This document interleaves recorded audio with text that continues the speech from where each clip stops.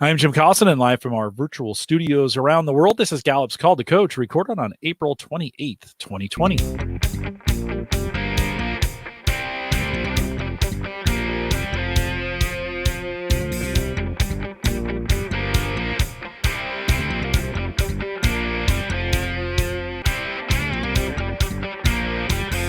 Call to Coach is a resource for those who want to help others discover and use their strengths. We have Gallup experts and independent strengths coaches share tactics, insights, and strategies to help maximize the talent of individuals, teams, and organizations around the world. Today's episode is a BP10 special edition.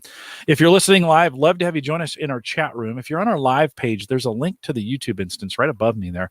Click on that, head over to the YouTube instance. There's a chat room either to the right or below the video window. That's there. There's also 3 little buttons upper right-hand corner. Choose that and choose pop out, and that'll put your chat anywhere. Make sure you're choosing live chat as well, and we'd love to have you in the chat room. If you have questions after the fact, send us an email, or you want to reach Todd, send us an email, coaching@gallup.com. Don't forget, if you're on YouTube, subscribe. There's a subscription button down in the bottom corner. Just get notified whenever we go live.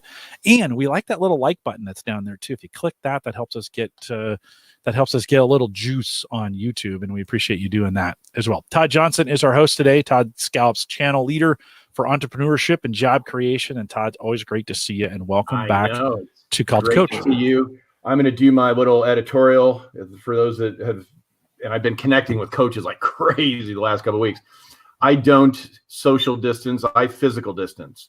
And I have been socially connected to friends and family around the world, and nobody's business. And I do feel physical distancing is important, but I do not condone the term social distancing. That's my little PSA.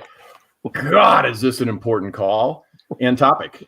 I mean, we're rebuilding communities, companies, teams, and let's build them stronger and better than before.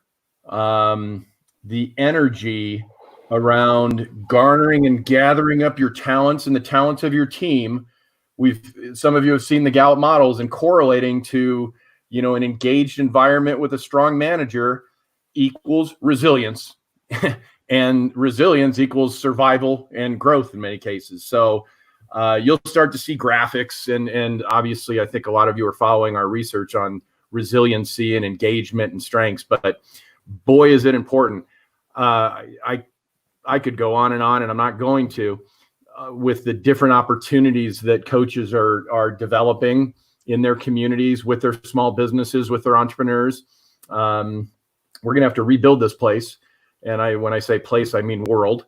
And let's do it right, and let's get the right teams in place. Do I point? Is he that way or this way? The second way, yeah. Same. Okay, this guy over here was one of the very first coaches back when we were named, I can't even remember, but not BP10, something else. He's been a great partner. He's a very, very good friend. He's even hosted my son and I for college visits in Oklahoma. I mean, our friendship spans the spectrum. And something, and I'm not going to embarrass you, but something that I really think is noble is all the coaching and help you've given newly minted and coaches that are just getting started. There's just never been a time where I said, hey, Jeff, can you help out X, Y, or Z? And you just do it. And the nobility in that is pretty awesome. I've never heard you squeak or squawk. Maybe you do, and I just don't know it. But evidenced by this call, this guy is a pro. This guy is doing incredible things with the CliftonStrengths and the BP10 together. We're going to talk about that. But I've been really excited about this call. And with that, tell us a little bit about who you are. What's my new expression? If we're on the elevator and you got 9 floors, introduce us to Jeff. You'll do a better job than I could. I don't know if I 9 floor. Here we go. Push the button. I appreciate that.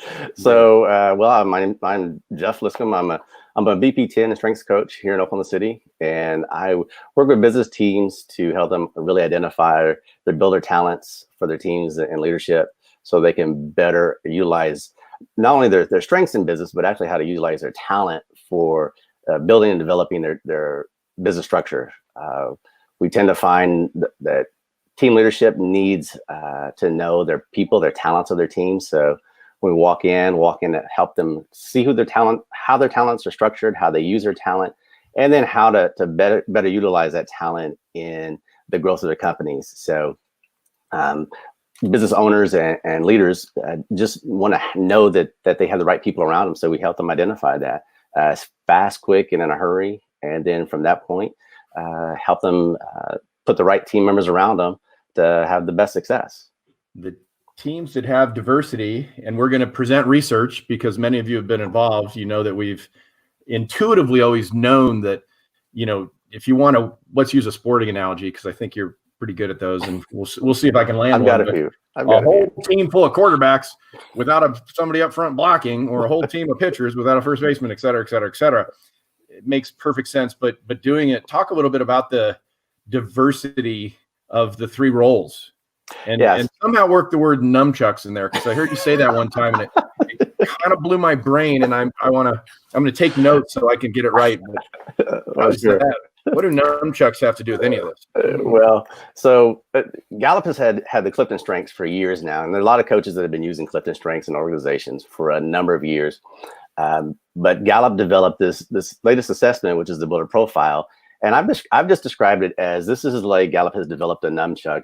It's a self-defense. It's a tool that you can use, but for a lot of coaches that have either taken the assessment, try to implement it within the organization, they just haven't known how to use it. So what we did here is me and two other fellow coaches, Amy Lee and Patty Wilton, we actually worked on how do we incorporate this into our coaching with CliftonStrengths. So what we did is we discovered, wow, this is an amazing tool that gives us so much insight into how people approach business, and not just as leadership, but how do you think around business? How do you approach what you're doing? Where does your mind go when you walk on, if we say, the court? How do you use your mind operate when you walk into the court of business? You may be a certain person out on the street. I say kind of like some BBC players that may be mild and meek person, like a big puppy dog. But when they get out there on the field, they turn almost like a raging, like assassin kind of, if you want to say, out on the field of play, and then they turn back into like a big Labrador, you know, as a human being. But on the court, they're like a whole different person. Well, this tells us that kind of thing about people in business. And when we found out how to incorporate that along with CliftonStrengths and how they really interlock with each other, it just totally changed how we see people. And you're asking about the roles. Well, the roles were the first keys that we unlocked about it that showed us how people actually think in business. And because you have the three roles, you have a rainmaker, you have a conductor, and expert. But we really found out that those three roles actually approach questions in business in a different light. So that was something that was so unique and really interesting. As we started talking to more and more people and started describing it back to them, they were like really in awe of the fact that we could actually like peer into who they were as a person and as a business owner or leader, and see how they approach their business and where they were using that ability to be successful, but at the same time, it was maybe hindering them on another area of their business because they weren't thinking about those other two roles. And as Gallup developed this tool, it was about how to build the right kind of teams to make a business work and operate. Well, these three roles were the other two roles that needed to be around you to help you really solidify your business. And Gallup actually came up with this tool that actually identified that in successful business leaders that really has never been seen until now, to actually say, oh, I know why this person is a great business builder, because they are maybe a rainmaker, or really a conductor who has a rainmaker on the side of them, and an expert. And then you can actually see them operate in their natural, like I said, in their natural environment. Like you said, as who's the pitcher, who's the second baseman, and who's the first baseman. Like you actually get to see it real time through this tool. I can't remember when, but you talked to me once about a pitcher and their CliftonStrengths and a fastball. And take me through that again. It was a really cool, interesting. We're all missing baseball, so get us a little baseball fix. Yeah. So when I talk about the builder profile in a sports analogy of baseball, I say CliftonStrengths and builder profile. How do they work together? Because coaches will always ask me, well, how do you use this together? I said, well, think about a pitcher. Okay, the builder profile tells us, are you a second baseman, shortstop, or a pitcher? Well, we've landed on you're a pitcher. Okay, well, now that I know you're a pitcher, through the builder profile, I want to know how you pitch. Well, that's what the strengths tell me now. So depending on your strengths as a pitcher, I now know, do you throw a curveball, or are you a fastball pitcher? Are you a knuckleball pitcher? That tells me what kind of pitcher you are, not just that you are a pitcher, but the kind of pitcher you are. And now I can put those two things together, and now I can really hone in on how to develop your strengths in that role that you're best suited for, which I hear as a pitcher is how to be the best pitcher you can be. I love it. I love it. Which do you do first? You go into a client for the first time. What's the development journey look like? So I don't think you take them both at the same time, do you? Actually, they take them both at the same time, but we don't dive into them at the same time. Okay. So I personally want to see the 34 and their BP10 side by side, because that lets me know immediately. The first conversation we will have will be people will questions a lot of times the coaches and their coaching, or can I trust you? Do they know what you're talking about? This automatically gain credibility, right? This gains more credibility than any coach could ever have. Because what happens is when I see BP10 and strengths, I start with the BP10 because I lead in with that to help them understand what they're doing intuitively right now in business. They want to do more of and better of. The thing that maybe I'll just call it their deficiency talents are the ones that they need to find a team to place around them. So when I talk to initially about how well they're doing their top talents really well, how is an intuition, it just comes to them without even thinking, right? Like you've seen like those videos on the YouTube where a guy just puts his hands up and catches a ball, like without even looking at it. Like that's an intuition. It's a talent. He can improve it, but you can't teach that to everybody. I mean, some people get hit upside the head. Let's be honest about it. But some people can just do that. Well, that's an intuition that person has. So we speak to that in their business arena, how they do it in business. But then they then go, wow, how did you know that about me? Because I never said that to you. You're right, you didn't. But this tells me this about you. Yeah, right. And then who do you have around you to fill in these other voids? Because those voids are actually where they're actually stuck at in their business. If they are doing it alone and they don't have somebody filling in that void, or they just keep plucking somebody into that spot and it's not working out, or they have put somebody and it works out, I tell them why it works out. And then they go, oh, wow, that makes sense. So now we move into what happens with this assessment is we look at who's your board of directors, your board of advisors. I was going there. Yeah. That's exactly where we go. So when I introduce that to them, we're looking at who to put around you first. Then we'll look at the strengths they have and how you do a cohesion through communication and workability with each other. Nice. This is where strengths comes into play and how they communicate that, right? Like you can put a great pitcher here, but how does he communicate to the second baseman or the first baseman, like where they want him to be and how? Well, you have to build communication and trust. Well, that comes through understanding each other's strengths and what you need when you're working together, because your strengths have a need internally to be fulfilled, because you're trying to all three of you on the team are trying to win. So right. You're contributing in who you are, because of your talent, but through your strengths to communicate, hey, I need certain things as a shortstop or as a pitcher or, as a manager or as a salesperson or as a CEO, I have certain needs in my role. Okay, let me communicate that. And that's how we work with the strengths. So we definitely start with the BP10 and then bring in how to use your strengths and how you're using your strengths within that talent. Because how you use it, absolutely. Yeah. Because you have to understand that. Absolutely. I'm gonna highlight that board of directors. Somebody was telling me the other day, and I've talked about it on previous shows, but it's that important. We're all CEOs of our own life, and we all should have a board of directors. People hear the term board of director and they think, General Motors or, right. But we're all building a life, a journey, or a small business. And I get concerned when I see these small businesses only thinking about other employees. They've got backyard neighbors or, school kids, parents, friends. I mean, the board of directors can be all over the place, but the key is that it's intentional. That's such an important word in all this, intentional and systematic. Do you use the PDF that we put up on the website, or you probably adapted your own, didn't you? I use that one. I use that one along with another one we developed. But cool. the thing we use is, and when I had that conversation with somebody about their board of directors, I focus in on saying you Inc. So it's Todd Inc. Okay. If you were on the board of directors for Todd Inc. And I did this with a couple people, and when they think about a board of directors and they're just contributing, especially in we say a small mom and pop company, they think of, I'm the CEO, I am the board, and they can't see themselves outside of their day-to-day job.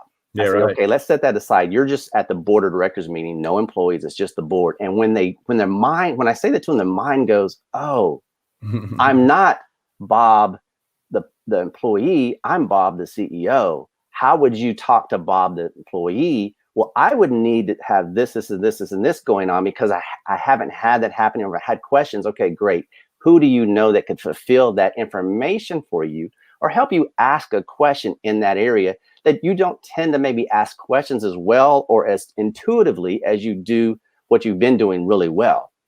And that's a distinction that when they understand that, and I say ask the question, that is something that is extremely important to the success and failure of all businesses.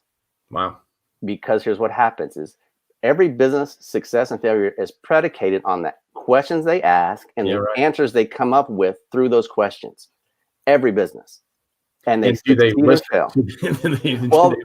Asking a good question is only half the battle. So you listen to the answer. What happens though is they ask the question predicated on their talent for the answering of the question.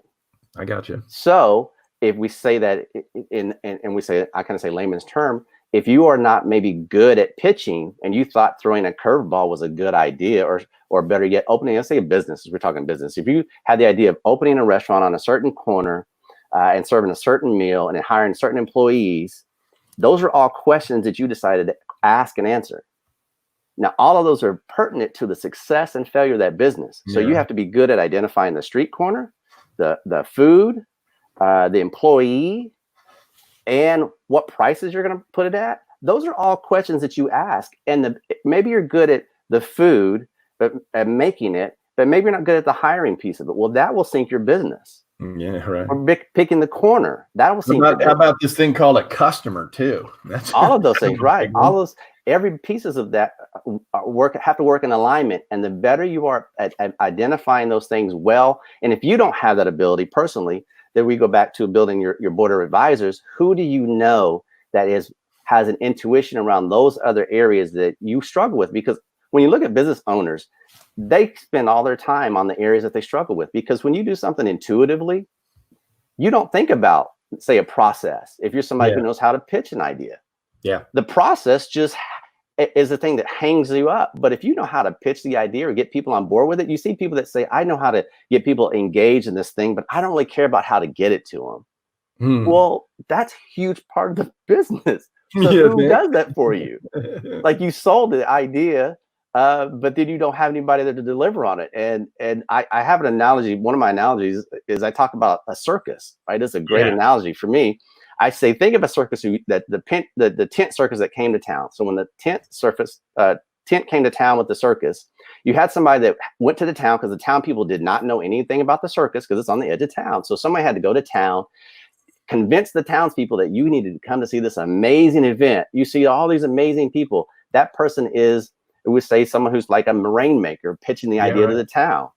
Well, you get to the circus, and then what happens if there's nobody there to make sure that the acts come out the right time, or the right people are doing the acts, or the person who has the popcorn takes the tickets? Where's your conductor, or we say ringleader, that knows how to put all the people in place at the right place at the right time to do the things appropriately? Well, great. You have a ringleader, you had somebody promote it, but guess what? Are things happening on time as they should? So we have 3 shows we have to do a day. Are these shows happening on time? Because if they aren't, the first show is bleeding into the second show, into the third show. So you have to have an expert that keeps things in order, but the expert's thinking about that process. You know, the conductor's thinking about the people that are doing the things you're doing, and the rainmaker's thinking about how do we convince people, because all 3 of those have to be spoken of and looked at in a very specific way. And what we're finding, of course, and this is just so sophomoric to say to a group of these coaches, but blind spots are by definition, you can't see them. It's in this team building piece. it's just so powerful because by definition, they don't see the gaps unless somebody can come in and help them with, a science and objectivity, a third party-esque. I'm seeing an awful lot of that. So doing and being, are they the same or different? They're totally different. So I say it this way. I said, we've always been told as kids, you can be anything. And I tell people, yes, you can be anything you want. Doesn't mean that you can do it as well as others can do it, right? I can be an accountant. I can be a basketball player. It doesn't mean I'm going to go down there and play for the Thunder. I can get a basketball. I can practice all day long, 12 hours a day, 7 days a week. I can be a basketball player. It doesn't mean I'm going to be a good one. I can study accounting. I can study medicine. Doesn't mean I'm going to be a doctor. Doesn't mean I can study business. Doesn't mean I'm going to be a CEO or a business founder, because there are things beyond just reading and studying that have to come into play. Doesn't mean that I will be bad at it or horrible. There is a level at which I will attain in the process. So when I talk to people about, we say it's now coming back to the talent. Well, is my talent, say, someone who just started? Maybe I'm like a pickup guy. I play street ball, I play on the corner, or maybe I'm good enough to make college or high school or, even the pros, right? We think about business people in the same aspect. So if you think about business people that way, who are the professionals that we all look at? Well, we think about the Chicago Bulls on ESPN, right? We look at Michael Jordan and Scottie Pippen as that's the elite of the elite of basketball players. Well, I have that poster on my wall, right? Well, if we think about business people, do I have a Elon Musk quasi poster on the wall? A Sam Walton, a Bill Gates poster on the wall of an entrepreneur. Well, that's who we look at. Well, they have certain abilities and talents that got them to that level. Just because I say I am doesn't mean I am. Now, I may be good enough. I may be somebody who can run my own business as a solopreneur. Am I good enough to be someone who can manage 10, 20, 30 employees? Maybe I am, maybe I'm not. Or maybe I'm someone who can run 100, 200, 300, 500, 1,000 people company. Yep. But if we look at the talent that we have and the team talent is a definite measurement on a window to see how we can accomplish all those things. And talent development is a real thing. Everyone's kids right now goes to some sort of talent development, right? Everyone they have a batting coach, a running coach, a throwing coach. Yeah, I mean, it's in sports right now, promise you I remember just going to we played all day Saturday, Sunday, and that was it.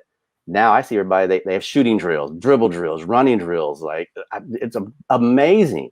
And it's just to take their talent from here to there. It doesn't mean that they're going to be professionals necessarily. It just means we took the talent they had and improved it beyond where they were intentionally or going to naturally end up being, because we focused on what they do have and made that the best that it could be.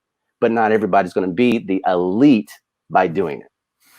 And we all play the ball where it lies. That's it. So that's my analogy. And on a good day, about half land. I'm not sure what today is. It's still early, but so interesting. And I don't know if you're collecting questions, Jim, or I don't want to. Yeah, no, I am. Can I throw a few in? Related to what he's doing. So Jeff, someone had asked earlier around the CIR, and before we do that, Todd, can you explain what that is just really quick? So maybe new folks know what we're talking about with the CIR report. Sure. It's called the Coach's Insight Report. It's an intensity report. Christy Trout runs a really efficient program.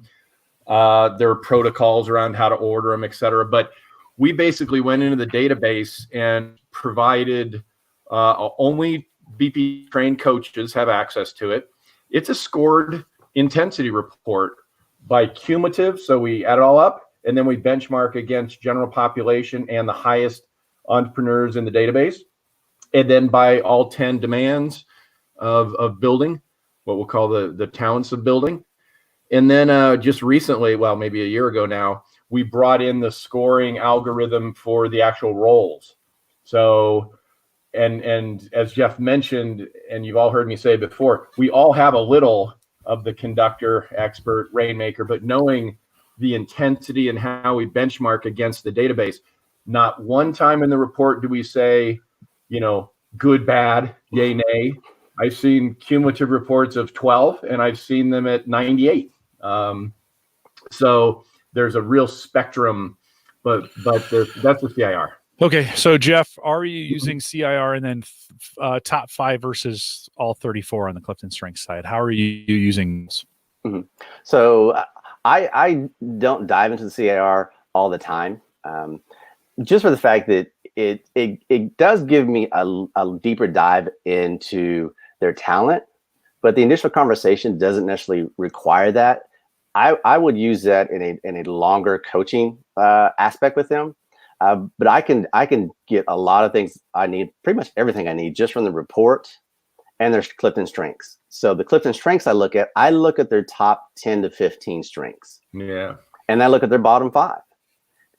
Now, what we do have the ability to see is if someone's top 4 talents and the build a profile are a direct relationship to their top 10 strengths and how they execute this one. So I just say these 10 are inside of this one talent and inside of the first 4. Okay. Again, where I talked about what kind of pitcher are you?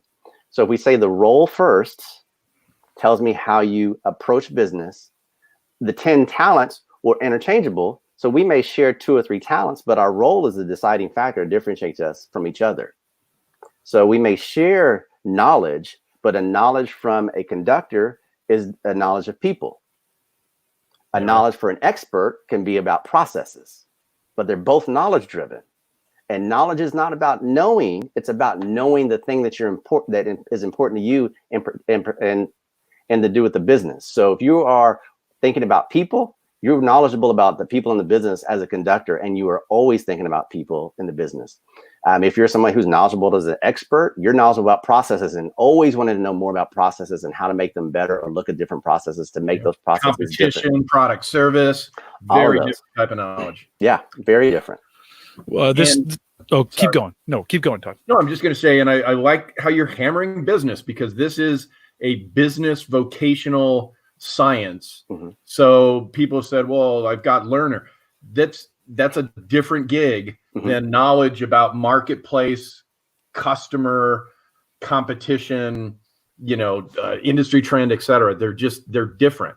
Totally different. They're built differently.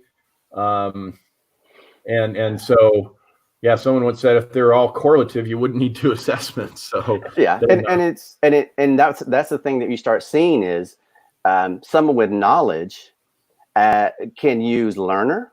They say they use learner. They may use relator. They may use input. Mm-hmm. They may use woo, because what they're doing is they're filling their knowledge with the strengths that they have. So they may be the go-to person, or they may be the person who goes to get the knowledge. Yeah, right. They don't necessarily have to retain it internally or have it on their desktop, on their computer. It's just that they're somebody that is always thinking about knowledge. And when you talk to them about it, and we have those conversations, and when I say that to them describe it, they're like, oh my God, you're so right. I am always thinking that. It's always on my mind. Yeah. I've never stopped. You're right. You don't stop. Yeah. Don't ever stop. But guess what? That thing at the bottom, like maybe relationship, you don't think about business relationships. You may have a woo that has a Rolodex of 1,000 names, but who are the 5 important people you need to do business with today? Boom. If you don't have the relationship intuitiveness to think about who the 5 are, you're calling 1,000 people, which is killing time and money. Yeah, right. I love it. Yeah. Craig asks a good question. He says, what experiences have you had using BP10 with nonprofits and government agencies? Do they get hung up on the profit questions as it relates to other type of roles? And I always like to say nonprofits are actually they do have to make some profits in there. Show me a broke do-gooder and I'll broke do-gooder. Come on. But Jeff, your experience in that area, nonprofits and government? Yeah, so I haven't worked with any nonprofits and government directly, but the conversations I've had with them both is the fact that they need to be thinking themselves as businesses. The title of nonprofit and government. It's the tax relationship with the IRS, but sustainability. Start talking about sustainability, vitality, financial integrity, and it all goes away. It doesn't matter what form you used during tax time, right? Yeah. Sorry to interrupt. This resume up. No. Todd. I'm sure Todd has had lots of conversations with government officials around this, and has probably had a lot of pushback. So he knows probably way more than I do about that from the government side. I think our previous titling was maybe business orientation or business acumen, and we were dancing around the fact that it was profit and financial vitality, but that's too long a word. So profit was shorter and easier to spell. Yeah. So we don't ever want to get slowed down on the conversation over the label.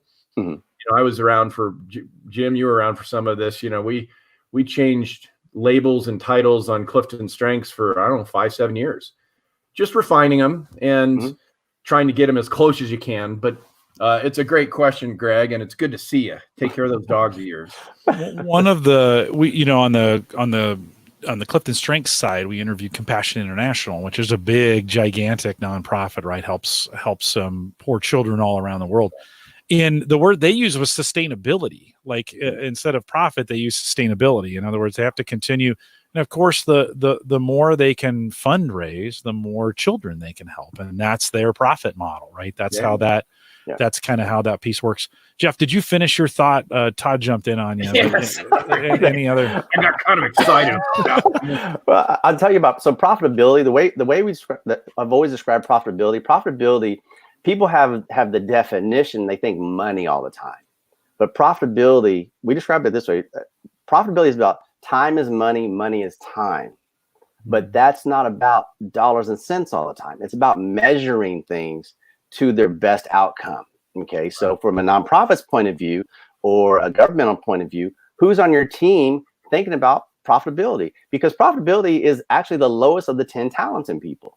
It's not, it doesn't show up at the highest when you look at the CIR. It's not the highest of them all. It's actually the lowest of the 10, but it's something that you have to be aware of to think, okay, how are we going to be most efficient with what we're doing? And that's where profitability comes in. It's an efficiency side of business, because and nonprofits, because there's such a giving to nonprofit. You have to have somebody in there thinking about not just the giving, but you're right, it's about sustainability. But it's the sustainability comes from raising money. Well, who's helping us be a fundraiser? Okay, who's our rainmaker that gets out there and has, now I'm going to dive into the talents. Who's our person that has selling and is a rainmaker that knows how to talk the vision of our organization and get people on board, right? And that's where you start seeing the natural occurrence of talent. Okay, someone who has ability to be naturally good at selling, not selling it to get over on people, not selling ice to Eskimos, but somebody who knows how to convince people to say, hey, this is a worthwhile cause. I need to give to that. And a matter of fact, I want to give substantially enough that they're going to be around for a while. Well, who's that person? Have we identified who it is, or have we given it to someone who has just been here the longest, who's been an exceptional employee? We've used the measurement forever in business as hard work, determination. Who's burned the midnight oil has been the one that we promote to the next level. Well, this helps us move past just longevity and who's been here the longest to say, wait a minute, who has the most talent? Because if that were the case, the starter on every basketball team would be the guy who's been on the team for 12 years. Yeah, right. I mean, that's who would be your starter. It's not the brand new rookie. Rookies would never start for a basketball team. I'm not going to, this is a BP10 call, but I'm going to touch on this management thing. I mean, we've tenure based our managers. So the longer you've been there, the more people you get to manage. What a dumpster fire that was. I mean, sorry, it's my new favorite term, but just longevity doesn't give you the talent for any given role. Right. And I'm saying we as a world economy got that one wrong. And hopefully some people have tracked on our manager training.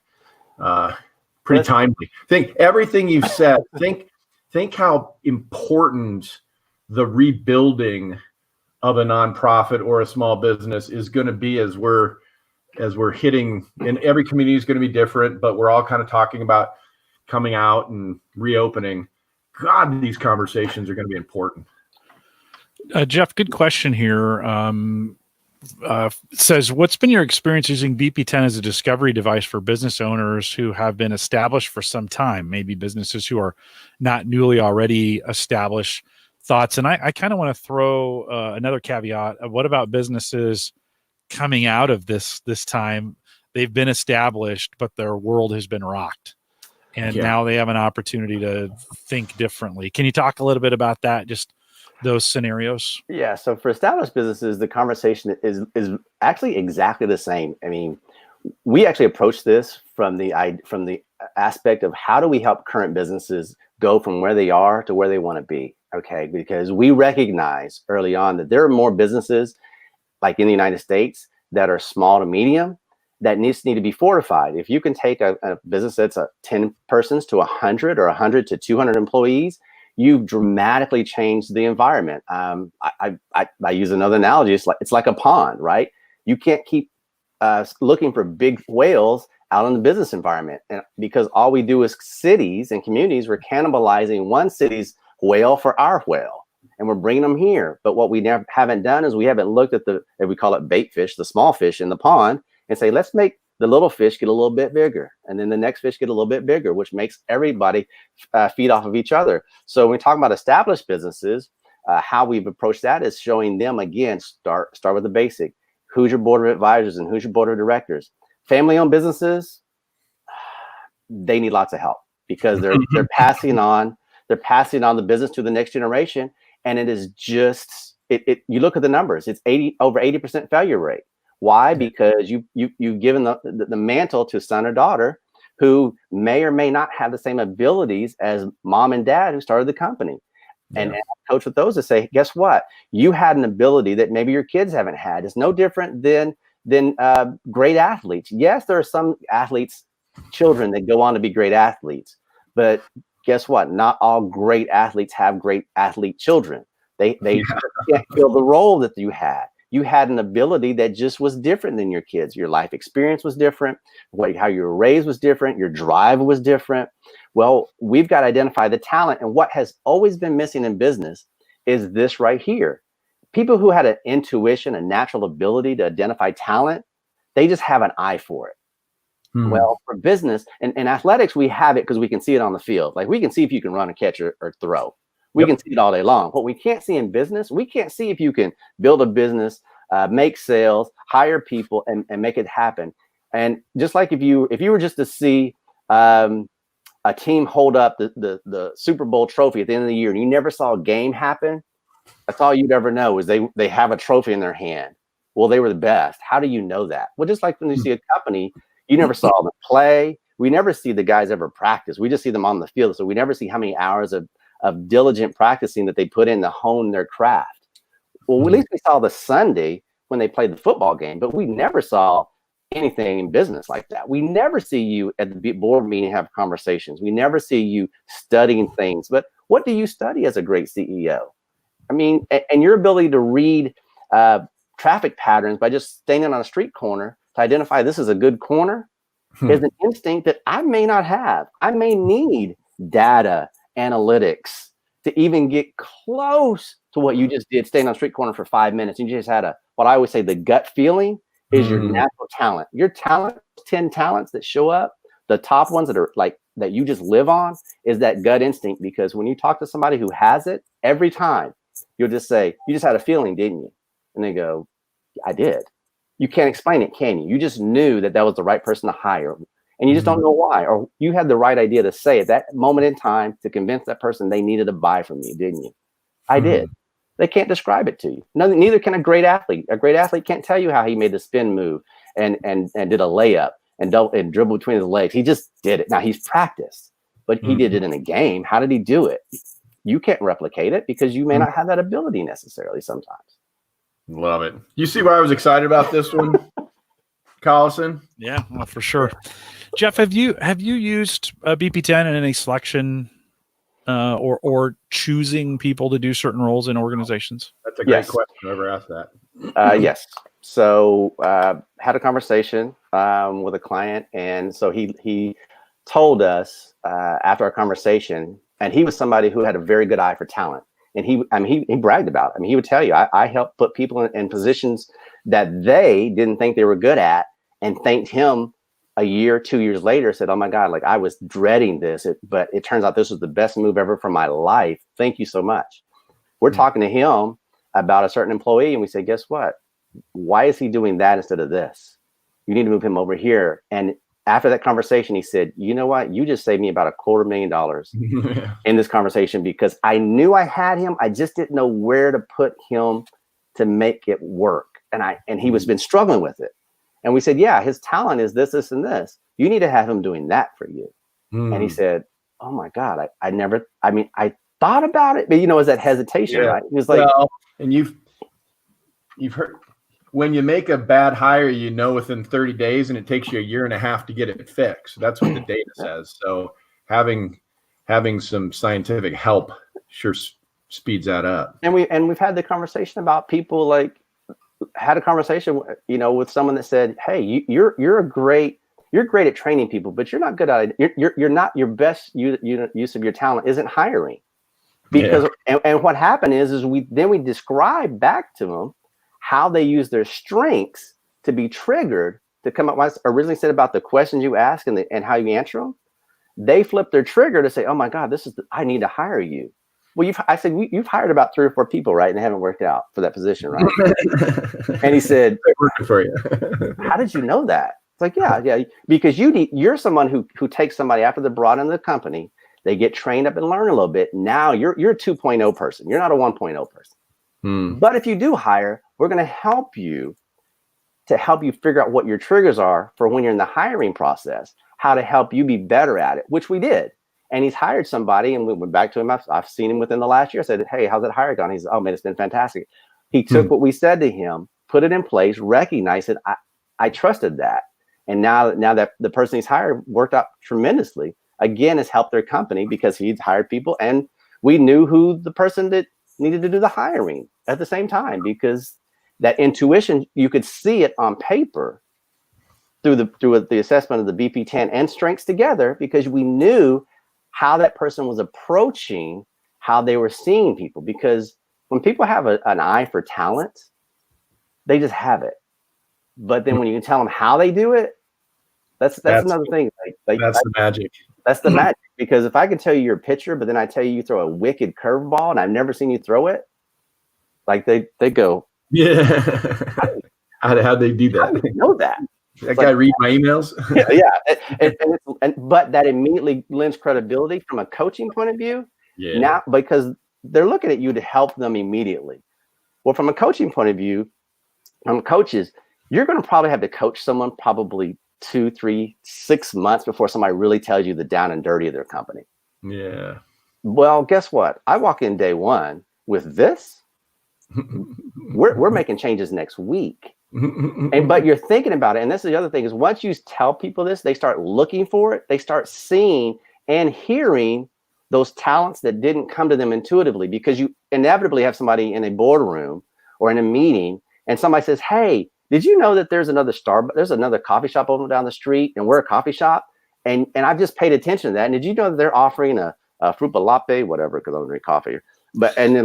And they're describing it to you like, hey, be quiet. That's okay. We're the best in town and we're going to kill the market. And I tell them this. I said, well, guess what?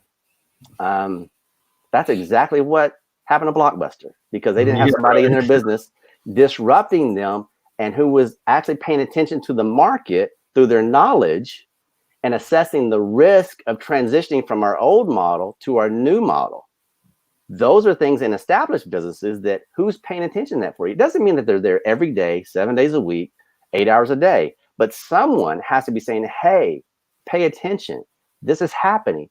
I get your nose to the grindstone, but did you know that that's happening? Because you pay attention to these things extremely well, no doubt. But this back door is wide open, and that's going to crush your business. Wow. So the Blockbuster, I had some for me sales, but that was a Wayne Huizinga deal. But remember, and he did waste management first, so he systematized picking up trash.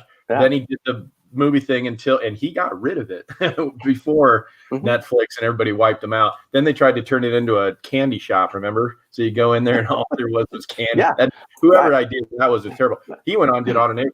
Pretty good conductor, pretty good, and could see things. I like the Risk one because they can see things that others can't see. Yeah, I describe Risk. I'm talking too much. What other questions you have for this genius over here, Jim? I mean, look, actually, I'd run out. I was hoping you'd keep going, Todd. Okay. At this I'll point. throw a couple in there. Yeah. I'm gonna let me put in a plug for next week. Or are we doing these monthly now? I think every month. Yep. So whoever asked about selection, Erica Wassinger is a really strong practitioner of the CIRs and runs an accelerator and uses this extensively in the selection and team building of startups. So she'll go super deep on the selection piece of this science in the next show. Jeff, let me ask you this question. Yeah. So as we lean into this, and I'm calling it recovery period that we're going to go through for the next couple of years, how will you be different, or what do you think you'll do different, or will your own coaching be disrupted in some way because the situation's different? Just talk a little bit about looking ahead for yourself. Well, yeah. So for me, coaching from this time forward is going to be around how do we build the appropriate teams. Even for myself, and that was the thing when we got started here. Me, Amy, Patty, like we all three went through the BP10 training. We all three went through it, and it just helped us come back and realize we are no different. Every solopreneur needs to have a conversation with somebody who can help them build their board of advisors. I have to have my board of advisors. Every business person does. And you have to lean on those people to help fill in those gaps. So for me, it's imperative that I even go deeper into solidifying my board of advisors. But for me, what I'm looking to do is I want to talk more to businesses about implementing how to take their strengths assessment, because there's so many companies that are using strengths right now, which is fantastic. They need to continue to do it. They need to, double down on using it with the understanding the employees, because every level of the company needs to understand it. But the management definitely needs to understand who their people are in the company. BP10, I've said this about companies. I want to help companies, come in, help them identify who's in your company that you can now groom to be your next superstars. I think Jim has said, in his story about the BP10, like letting someone who founded a major company that helped to found Twitter, I believe it was, like left Nebraska. Like if you can find that person, but inside your company, like talent always leaves your company. But if you knew like Bob, the stalker that stocked the shelves, could have been a magnificent person in your company. I know the guy that's the Cheetos guy that made hot Cheetos. Yeah. Now the CEO, like imagine if he had left, he stayed, but there are a million people like him. Yeah. They got lucky that he stayed. Guess what he normally does? He normally goes and founds another chip company that crushes them. That's usually what happens. But if you had identified that person, put them inside your company, and now you build your teams that build your products, your next level. Like your R&D should be based upon a builder team, not just a bunch of guys that have a lot of smart ideas, because smart ideas don't actually turn out to be the next great thing all the time. But that strategic, talented team that you put together and cultivate and put together, that because there are lots of companies that have had great ideas pitched to the CEO terribly, like you may see at some pitch weekends, terrible pitch ideas, but are like the next great, like they're Google, they're Twitter, they're Amazon. Like they just had horrible pitchers. This talent coaching is going to be like fertilizer on the scorched economic earth. And that's a little breathless. And you all know I lead with positivity, but we're going to really have to rebuild some small businesses. Yeah. I've studied some economies around the world that they tried to only have big businesses and they didn't work. And it's not who we are. And everybody that's lives in a community knows the ones I'm talking about. We got to lean in on them. I would strongly encourage coaches to watch some of this stimulus money and see where it's going and how you can lean in on it, because there is increased energy around let's build let's build these companies based on the very best of what we know and survival, and we don't have to do it happenstance as it kind of happened thus far, right? So a lot of coaches around the world, not just the US, are leaning in on some stimulus programming, and it's exciting. They're winning. So we'll focus on a few of those in future shows. Todd, You're I'm afraid of the internet at the moment. Speaking of technologies, that since this situation happened, like the ability to live stream has been overrun, right? And there's been questions on the people using Zoom and GoToMeeting, and we're using StreamYard to get this done. Let's not fade it anymore. Any final questions from you to Jeff, and then let's thank Jeff and wrap this. Yeah. You're a great friend. You're, again, nobility around sharing. Your expertise is class. Shout out to Amy and Patty. I got a note from her yesterday. I hadn't heard from her in a while. That was awesome. And again, just the thanks for what you do and who you are and how you do it. Your nobility is strong. Thanks. Appreciate it. This is a phenomenal tool that Gallup has made. It's a tool that can literally change business. I think Jim went in with this and wanted something that could change business in a way that had never been done. And honestly, I mean, you knocked it out of the park. I mean, this is going to be more important than ever. Yeah. And when he says Jim, I think he means Clifton, not Colliston. No, he does. Knock on you there. Hey, let's be clear. I'm the real JC. Let's just be clear. I call him the J team: Jim, Jane, John, Joe. The J team. For those that have been reaching out, again, a Zoom call tomorrow. We'll see how that goes, and give my warmest regards to you and yours, and everybody on the call. Stay safe and stay smart. We'll get through this and be so much better on the other side of the curve. Todd, on the way out, there had been a question earlier about us cutting to the virtual training for BP10. We've done that for the ASC. We've done that for a few other courses. Any time frame, or do you have anything to update as far as? It's happening. We've had to go real fast. We had thousands of people signed up for, CliftonStrengths courses and iterations. So it's in the future. I don't have any dates. Stay tuned. And Jeff, Donna had asked this question, and I think it's on the way out. It's a good one for you. If I'm just a CliftonStrengths coach and I haven't done anything with BP10, certainly if you wanted to get into this space, training is the best way to get introduced into that. But as of right now, what kind of recommendation would you give until they can get in some training? How could they get, or how would you recommend they get kind of familiar with, take a look at, how would they do that?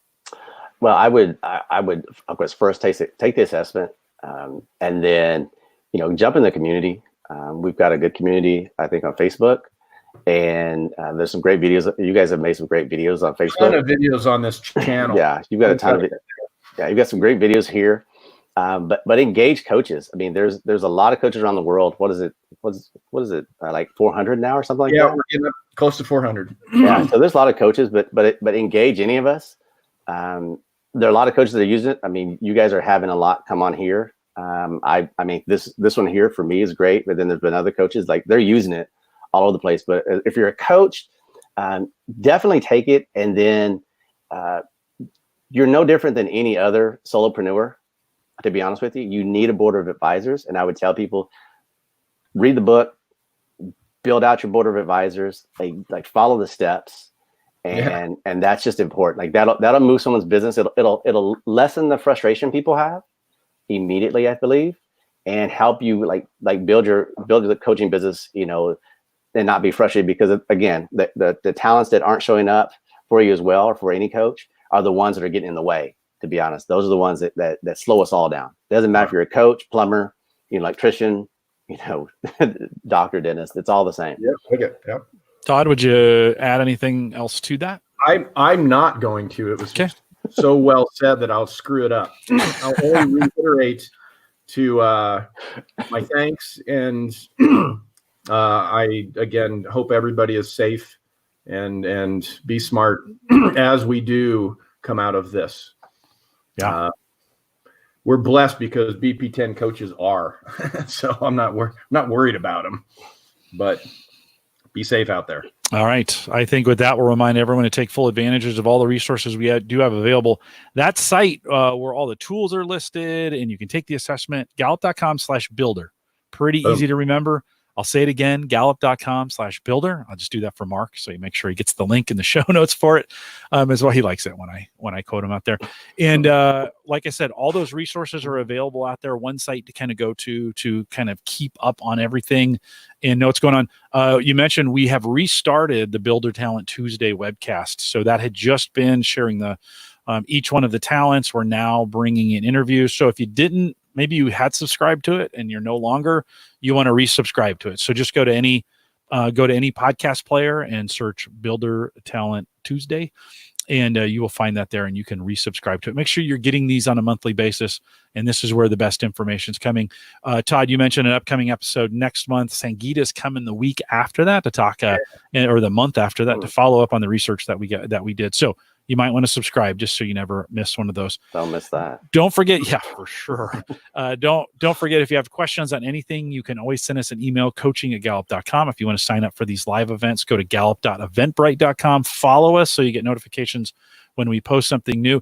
You might want to join us for the 2020 Gallup at Work Summit that's coming up, all virtual now. June 2nd is the day. Very, very low price, and everybody can come now because it's 100% virtual. So go to gallupatwork.com, again, June 2nd, and you have up until June 1st to register, but don't wait that long. Just get that locked in, and we would love to see you at the summit coming up. And when I say see you, I mean virtually see you at the summit as well. 100% virtual. They are working on some really cool plans for that, and we'd love you to participate. Don't forget, we do have a BP10 group, facebook.com/groups/BP10. I try not to make that too difficult for you, and we appreciate you coming out today to be a part of all the things that we do. Thanks for coming. If you're here listening live, stay around for a little bit of post-show. With that, we'll say goodbye, everybody.